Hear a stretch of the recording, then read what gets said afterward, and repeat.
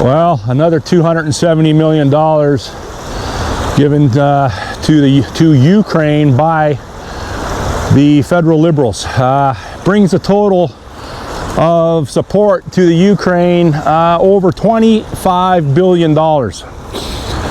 Now, it would appear that the bank, the liberal bank, is bottomless. It's never ending. And this most recent $270 million money laundering shell game has obviously garnered a lot of attention, but negative attention, obviously. The country is being decimated by the liberals, and people are really starting to take notice. And I'm not talking to regular people like myself and a lot of the other YouTubers and podcasters that have been calling this bullshit out for the last 11 years. I'm talking, there are liberals now that are starting to jump on board with the fact that Mark Carney is decimating this country. Now, CBC, obviously, they have to toe the line, so to speak, but even some of the people on CBC are starting to voice their concerns with regards to the out of control spending and the ROI, the return on the investment. What are we actually getting from Carney? Every time he jumps on an airplane, he's making promises and he's giving away our money. What are we getting in return for this? Well, we're not getting anything in return. He is going around and he is basically building inroads for his company, Brookfield Asset Management. And in doing so, if you can get a bunch of MOUs, memorandums of understanding, you could take that back to your creditors, you could take that back to however he gets money, and he can tell people, or he can show people that he has a signed MOU and he can garner more credit. So basically what Mark Carney's doing, he is just, he is falsifying, he is cooking the book, so to speak. It's when you have a company, and I've seen this done in business, personally I've seen this done. You have a company, whether it be a legitimate brick and mortar company or whether it be a company just on paper. And a lot of companies that are specifically designed just to be on paper, just to go out and acquire credit and acquire money, although your company really doesn't make anything. The way they cook the books, they could go to the bank. If you have a creative controller, creative accountant within your company, you can go to several banks and you can tell or show to the banks that you're manufacturing this, or you have this associated with the company in assets, and then the bank will lend you money against those assets. But those assets, at the very least, are vastly exaggerated, and at the far spectrum, they don't even exist. And I've seen this done. I've seen this done in business on a much smaller scale than the liberals are perpetrating it. Someone that I worked for, back in the late 2000s, went into a company, developed a company with this strategy to go and get a bunch of credit from banks, then declare bankruptcy. So you take the money that the banks give you based on falsified records and books and assets. They give you the money, and you know that you got to move that money around now, whether you put it in cash, precious metals, Harley Davidsons, whatever. Then you know that company, you are going to purposely bankrupt that company. So that's basically or essentially what the liberals are doing. They are going around, or Mark Carney has been given the leadership to go around the world and move money around. Now, in doing so, the $270 million to Ukraine, the most recent money laundering scheme, it's somehow going to, I don't know, and I don't have any specifics, but this is just, I'm just theorizing, speculating. Somehow it's going to go back into a different company. He is going to put on paper that he has contracts to rebuild a bombed out neighborhood in Ukraine, and it's going to get run through his one of his many shell companies. Now, will ground ever be broken on that project over in Ukraine to rebuild this town or this school or this baby formula manufacturing facility? No, it's all a grift. It's all a grift just to move money around. Mark Carney, his entire life, has never done manual physical labor. He's moved the shells around his entire life, and obviously he's very corruptible. He obviously has been chosen as the leader of this global takedown of the United States. It would appear that way. And he has set forth a world tour ever since they got rid of that dandy Trudeau. They had to push him out of the way. He has been on a world tour to go around and give as much money, or claim to give as much money as possible away from Canada to other countries. And in doing so, he is, it would appear, generating money for his company. And I can't even say it appears that he's generating money for Canada. I don't know of anything where he's actually generated money for Canada. I really don't. I don't have any substantial information where he has generated money for Canada. This is just a complete smoke and mirror, corporate raider, banker, hatchet man persona. That's all he is doing, and obviously he's very good at it. I'm not saying he's not good at his craft, and his craft is snake oil, and his craft is plunging economies into deep turmoil so he can reap the benefits. And Donald Trump, you know what? He's no different. He is no different. He is doing pretty much the same. But I would say with Donald Trump, he does have, at times, he does have his country's best interest at heart. He does. I believe this. I could be way off base in saying that, but that's what I believe. Mark Carney, he has no intentions of benefiting this country whatsoever.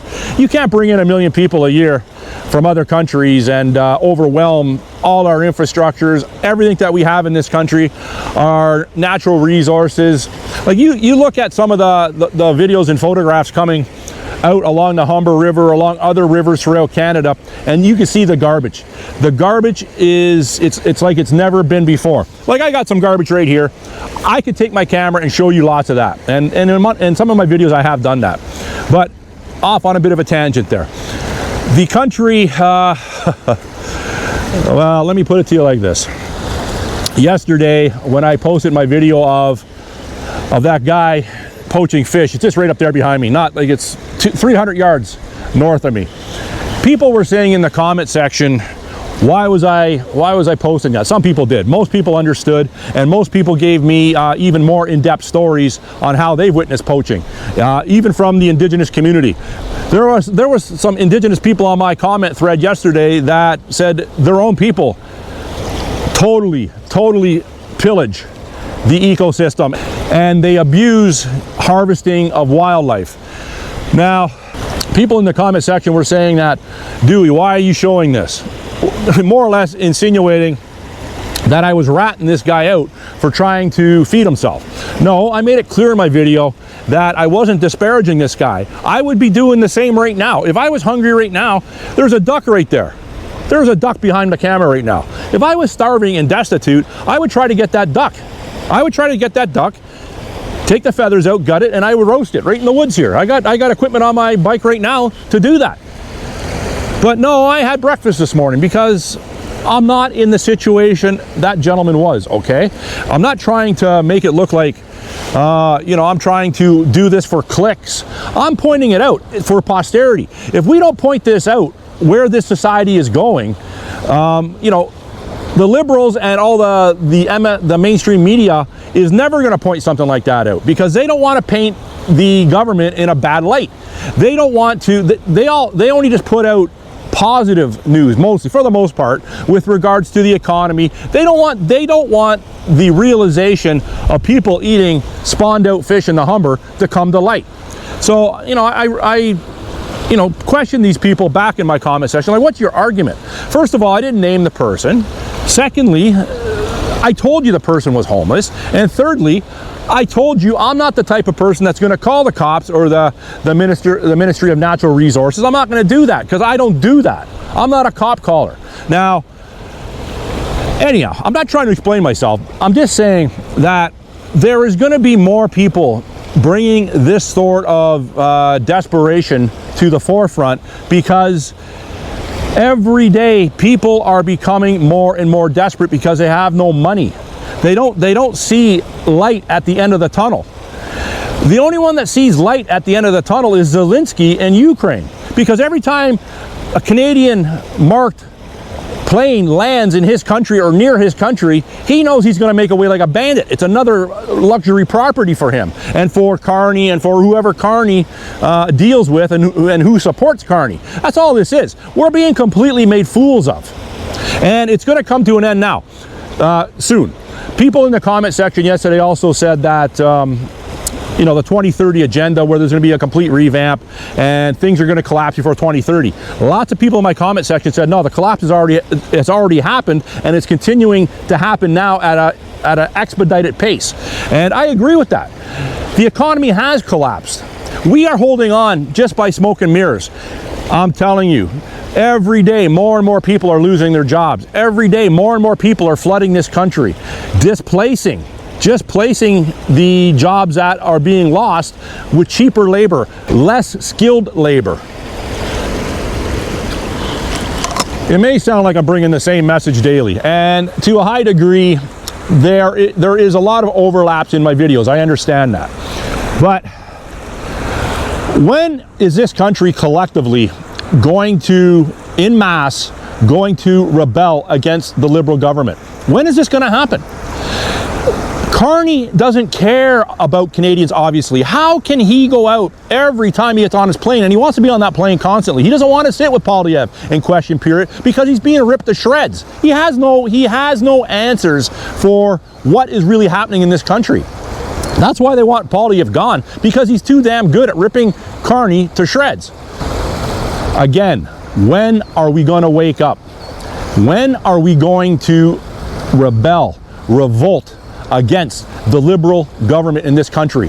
Because there is almost nothing left of this country now. Sure, I'm sitting here on a rock down by a nice looking river today. Behind me, there are destitute people walking by on that path right now. I just seen two walk by. I'm not 100% sure they're destitute, but I'm noticing that more and more. People are walking around in parks aimlessly, looking for whatever solace they could come across, whatever opportunity they can come across. And that's another thing. You have to be very cognizant that walking through any part of this city or walking through these woods is potentially fatal. I seen an Asian woman practicing Tai Chi up this trail a little bit. Now obviously they don't have anything to worry about with me. If anything, this park's a lot safer when I'm here. And I'm not just saying that to be some sort of tough guy, it really is. And I always make a point of acknowledging them. I don't want to scare them. Sometimes I do look intimidating, I understand that. There's a couple ducks right here wanting to come up and feed me. But I'm not gonna do anything to these ducks because I'm not at that point. But we are gonna get at that point. So, right over here. What are you doing, guys? Mating couple, male, female.